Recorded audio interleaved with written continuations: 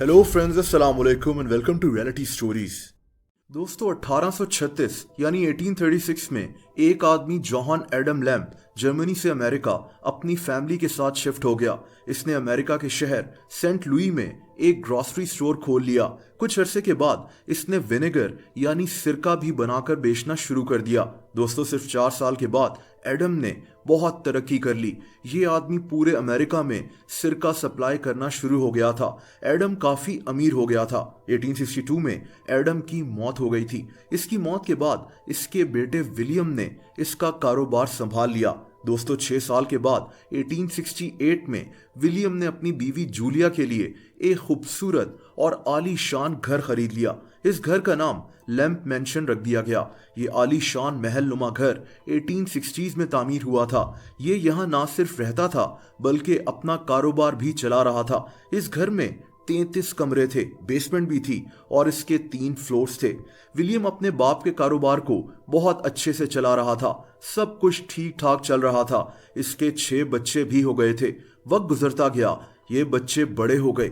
इसके चौथे बच्चे का नाम फेडरिक था। ये विलियम का सारा कारोबार संभालने लगा। लेकिन फिर इस फैमिली के लिए एक के बाद एक मुसीबत शुरू हो गई।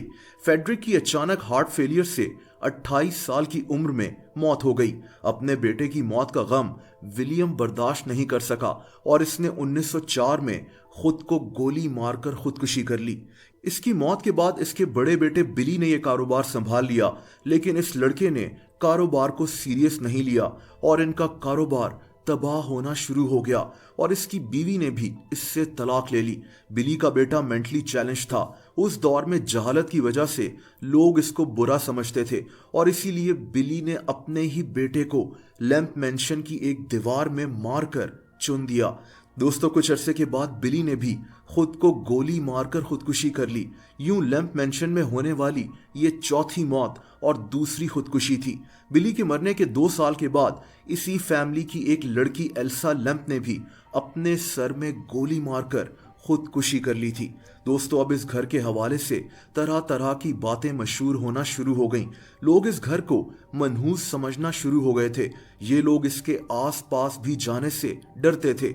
लोग कहते थे कि इन्हें इस घर की खिड़की में अजीब तरह के चेहरे नजर आते हैं। इस घर में रहने वाली लैम्प फैमिली डर के मारे ये घर छोड़ गई और यूं ये घर वीरान पड़ गया। लोग इस घर से और भी खौफजदा हो गए थे। कोई इस घर के पास भी जाने से डरता था। लेकिन दोस्तों 1929 में इस घर का एक और बच्चा चार्ल्स लैम्प अपनी बीवी और 2 कुत्तों के साथ यहाँ दोबारा शिफ्ट हो गया और भयानक वाकयात का सिलसिला फिर से शुरू हो गया। चार्ल्स ने पहले अपने कुत्ते को गोली मारकर कत्ल किया और फिर अपने सर में गोली मारकर खुदकुशी कर ली। यूं इस घर में खुदकुशियों का सिलसिला नहीं रुक सका। दोस्तों ये घर उसके बाद खाली हो गया था, लेकिन इस घर से लोगों को खौफ आने लगा। एक वीरान पड़े हुए बंगले से लोगों को बच्चों की आवाजें आती थीं।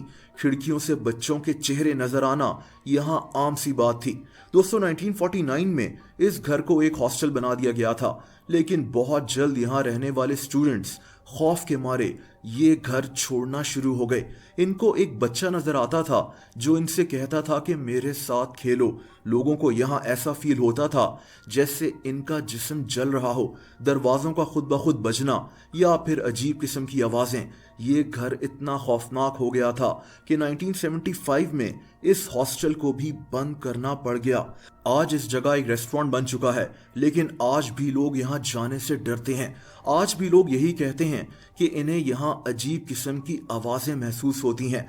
पियानो के बजने की आवाजें हों या फिर यहाँ मौजूद मोमबत्तियों का खुद से जल जाना। यहाँ चीजें भी गायब हो जाती हैं और कुछ दिन के बाद वहीं से मिल जाती हैं। लैम्प मैंशन को अमेरिका के हॉन्टेड तरीन मकामात में से एक कहा जाता है। दोस्तों आप लोग मुझसे इंस्टाग्राम पर भी कनेक्ट कर सकते हैं, उसका लिंक नीचे डिस्क्रिप्शन में मौजूद है।